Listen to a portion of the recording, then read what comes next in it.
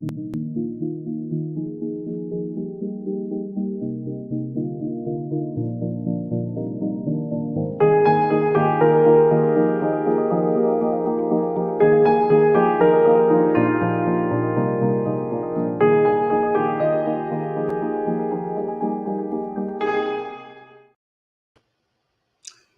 ladies and gentlemen. Today is our third edition of the International Politics with Sasha, and we are talking about mostly Ukraine, Russia, a little bit of China, actually. I've noticed a few new things that China is trying to do, but we'll talk about it later. Right now, the situation is getting to about its head in Ukraine.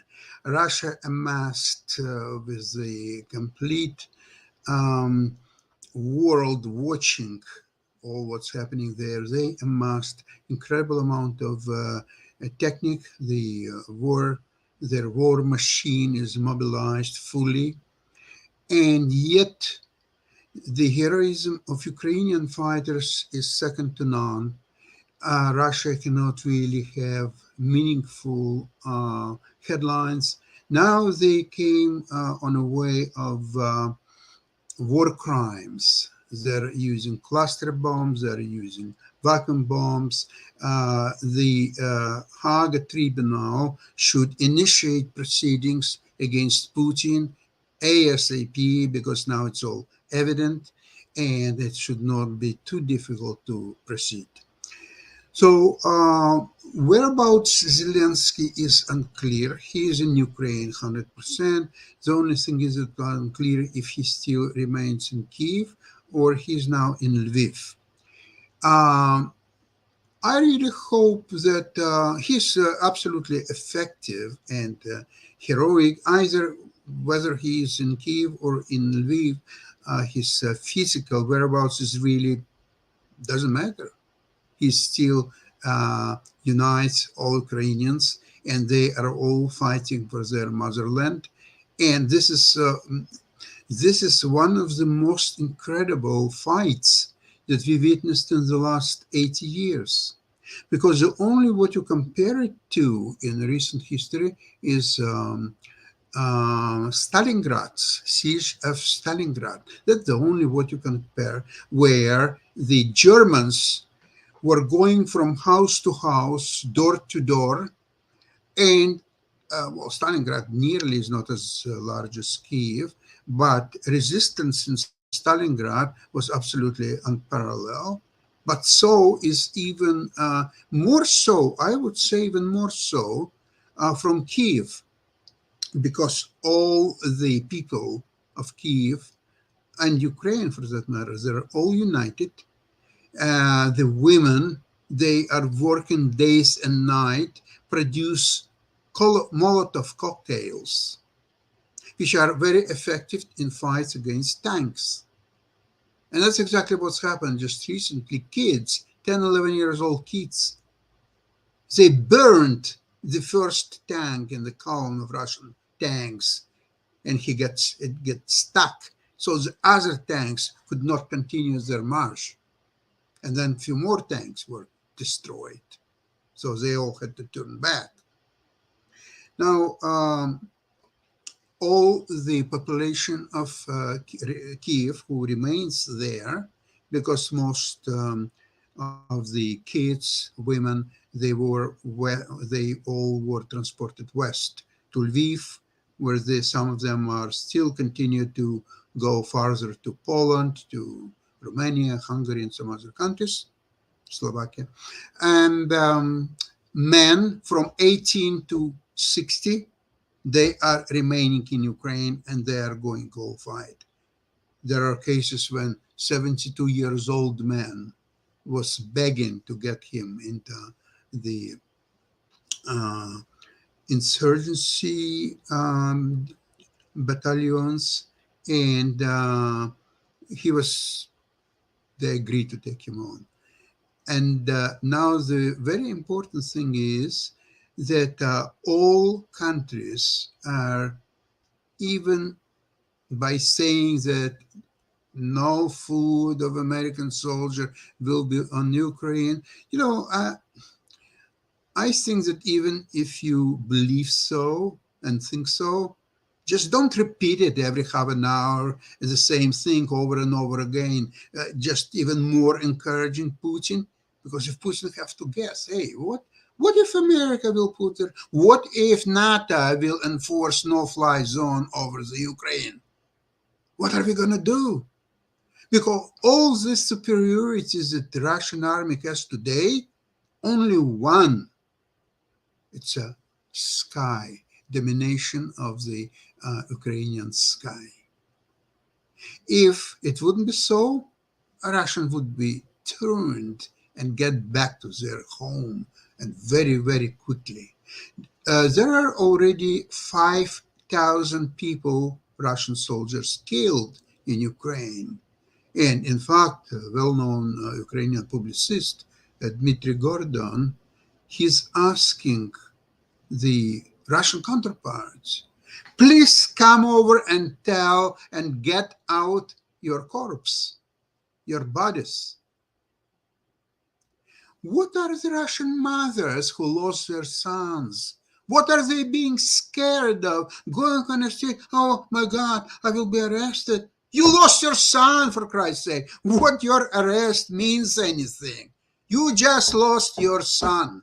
There is no more tragedy for women than to lose their kids. So if you lose your son, what matters anymore for you? What's your life is worth now? And there are a lot of mothers who haven't lost their sons yet. They can save them by asking Russian government immediately stop the war. There is no place for war 21st century. War with the nation that you believe is the same what Putin said a few months ago, that Ukrainian people, it's the same Russian people, there's no difference, it's the same nation. I can explain in a matter of 3.5 minutes that it's absolute lie. But if you happen to believe so, that it's the same nation, then how you can attack that, what you say, same nation, without even declaration of war? You made an ultimatum to the West and United States in December. You didn't make any ultimatum to Ukraine, just to the West and US, who declined most of your so-called proposals. Okay, and what does Ukraine has to do with all that? Oh, that's your means to attack Ukraine, to show the West your power, and to explain this way that, hey, look at what I did with Ukraine in 2 days. You're next. So please accept my proposal, or else I have nuclear power. I can bomb you and destroy you completely. So please, I'm not asking for a lot. Just get back NATO to 1997 positions. Never, ever put any of your arms to the NATO countries which are have a corridor or a common border with Russia. And I'll think of something else. I'll let you, once you'll do that, I'll tell you what to do next. Now, the situation is very different. First of all, what is his success in Ukraine so far? That's a good question. In almost a week, has he actually captured any significant city, major city, or any city? He found that I think he just took over a couple of small places on the east, or southeast actually, where attacks were coming from Crimea. See, the attacks are coming from Crimea, Donetsk, Lugansk region, and Belarus. Now, Belarus are the same war criminals as Russians, Putin. However, even with all that, with the complete superiority in the air, mm, their success is very questionable, if there is any. I don't see a lot of success. Now, on the other front, what's happening? The In the West, and not just the West and East, there are now formation of international brigades to fight in Ukraine against Russians.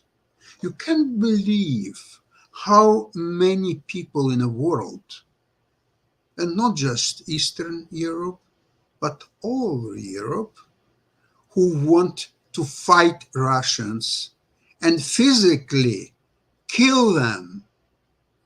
They were waiting for this situation as it is now. They are ready. Some of them are already coming. There are a lot of actually people coming from US and Canada who don't speak neither Ukrainian nor Russian. They speak English only. They're coming and they have special formation for people who don't speak Ukrainian or Russian. So they will fight. Of course, they will have ammunition. They have everything. Now, in Poland, they assembled several old Russian military planes, MiG-29, to make them available and fly and kill and get away superiority in the air from Russians. They're older machines, they're 20 years old or so, but they're in good order, they can fly, and most importantly, they can get down Russian planes. So this is all underway. So international brigades are getting ready, and they are fearless fighters whose goal will be to kill as many Russians as possible. They're not interested to take them and even interrogate or do anything. It's just too complicated. Just destroy tanks, destroy all Russian arms, and most importantly, kill as many people as possible. So that is all underway. Now, where West prevails, maybe West overall, maybe they're good fighters. That's okay. But they're very good in financial dealings and execution of certain financial plans. The most amazing things, and here Biden was actually right when he was asked about the SWIFT, why don't you get Russia out of SWIFT, or so on. Now, his reply was that he's ready to do that, but some European nations were against it, and they need agreement of all members of SWIFT to do that. And primarily country which was against it was Germany, because it's conducted a lot of trades in gas, and SWIFT, of course, would somewhat cripple these procedures. Guess what? Now Germany was up to the task. They agreed to take Russia out of SWIFT. But Biden said prior to that, he said that if they will disable Russian central banks' cash and all the reserves, that way they will cripple Russia way much more than getting them out of SWIFT, which was done anyway. Russia is out of SWIFT. But now their reserves of around 2/3 of $1 trillion, it's now being frozen. So Putin miscalculated something here, and it's very important. He relied that, of course, there will be economic sanctions against Russia. He knew that. But even though we're sitting on 2/3 of $1 trillion, it gives enough, or more than enough, cash to survive for next even few years. Well, guess what? The Russian stock market has been closed for 2 days in a row now, and it's unclear if and when it will reopen. The Russian ruble nosedived. So people, never mind Russian oligarchs and Putin's friends or so on, okay, nobody cares much about that. Although, you know what, no, some people do care, because Mr. Lavrov was supposed to fly to Geneva, Switzerland, and the plane could not fly to Geneva, Switzerland. Mr. Lavrov has to stay in Moscow, for that matter. So basically, there is completely closed skies, not over the Ukraine, over Russia, believe it or not. So Switzerland now joins the sanctions. Japan joins the sanctions. So Putin has only one friend. Never mind the North Korea. It's or Iran. I think Iran will join international community very very soon. Let's watch that. But China is taking a very interesting approach. I've looked at some materials in the Hong Kong English newspaper Morning Sun. So essentially, what they're doing is they are very happy of escalation of tensions between Russia and the West. They don't want to give up on Ukraine either because Ukraine, believe it or not, supplies to China a lot of necessary heavy-duty machinery. Because don't forget that Russia, before the Soviet Union went apart, Ukraine was the most advanced republic with absolutely, they had very advanced technology. All the missiles, the Sputniks, everything was done in Ukraine. So there are still remains of that, and China is purchasing a lot of stuff, never mind the grains and many other products from Ukraine. So they don't want Russia to destroy Ukraine. How China would benefit from that? Not at all. Now, the relationship between China and Russia is very interesting one. So Putin went to see Emperor Xi right before the Olympic Games, promised not to attack Ukraine before the games will be over. Never mind, there are some Paralympic Games coming soon, but who cares about Paralympic Games? They may be even cancelled or whatever, because now it's unclear. You see, China, by continuing to trade with Russia, China can get some U.S. led sanctions. So now they're saying this, that Russia will inevitably have a fight with NATO and United States. That would weaken both Russia and United States and NATO and so on. So that would be to complete benefits of China, which will become as a peacemaker between the West and Russia. So at that time, China would, depends how long all that will take place and whether it will be nuclear war or not. So China will, just by default, will become a peacemaker. They will do all the peace settlements, and they will be the sort of middleman, and not just any middleman. It will be the middleman, the mother of all middlemen. And this way, they will control everything. They will control the West and US and Russia, and they control Russia anyway. It's not their goal to control Russia. They do control Russia as much as they need. The West and US, that's obviously something different. So Russia is doing everything to empower China even further.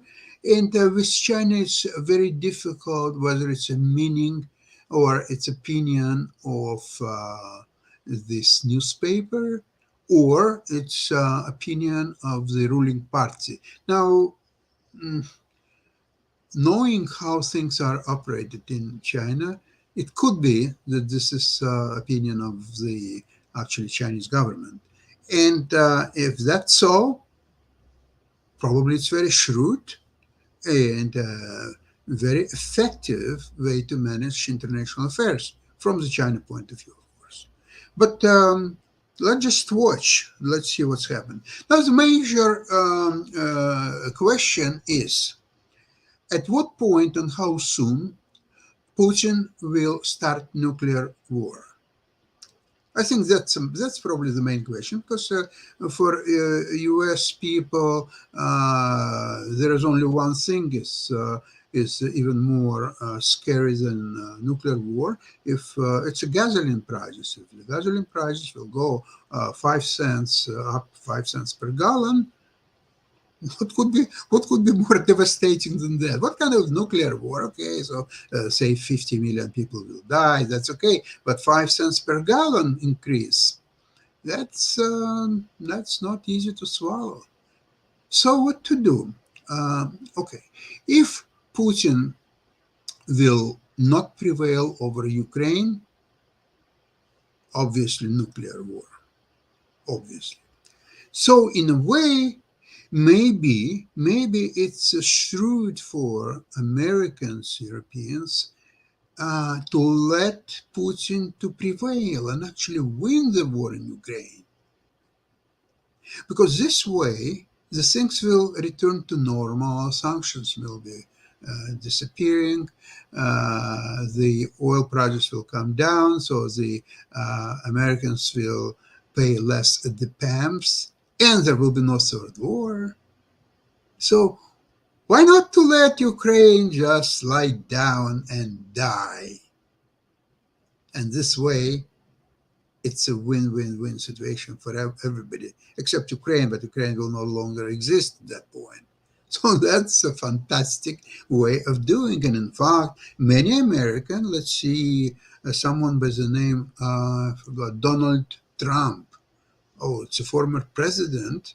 He is admiring Putin, and he is talking about what a genius he is. And if he has a base, believe it or not, of 70 million people or so that's very popular point of view. Putin is a genius. Probably it's a very smart thing to do, because if Ukraine will fall and Russia will remain victorious and prosperous, and who is the biggest friend in the United States for Putin? Mr. Trump. So now Putin will do everything in his power, because he's never been opposed. So now he'll put everything all in his power. He will even probably get his army to defend Russian population of Brooklyn and Florida. And Trump will win the election easy. He will get 80% of popular vote, because no American will try to oppose Russian army, which is already there. And of course, then NATO would be dissolved. Trump was supposed to do in his first term, but he failed. Then he lost election. Oh my God, he lost. He had two impeachments. He lost election. He lost the House. He lost the Senate. There are several law cases against him. So it was not pretty, actually. But second time in 2024, with the help of victorious Russia and great Mr. Putin, he'll easily win election. No doubts about that. So then NATO is gone. Putin will be declared president of the world, and Trump will be his vice president. And that's what a brave new world will be.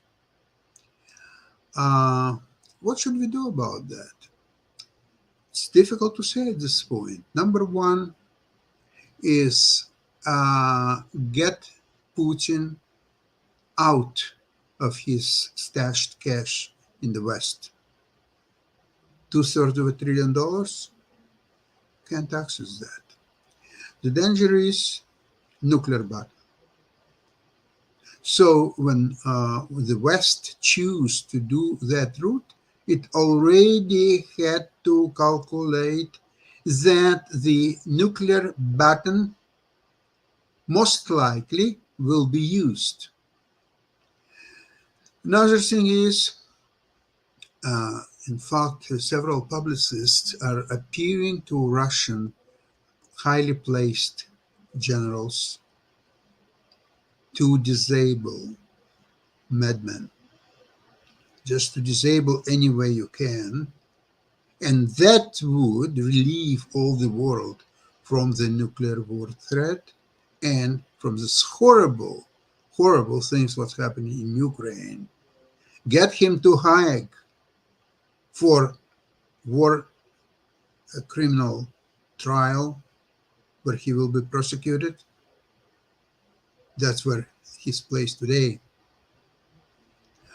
So right now, Ukraine is still getting a lot of new ammunition, arms. International brigades are on their way, and the warplanes are going to be very soon in Ukrainian hands. Ukrainians are very, very good fighters. They were fighting all over their history against Turks and against Germans, and they have a long history of fights against Russians. As a matter of fact, the first king who destroyed the great city of Kiev was a Russian Tsar at the time, Andrei Bogolyubsky. He was half Russian, half Turkish upbringing. He was a king of the city of Vladimir.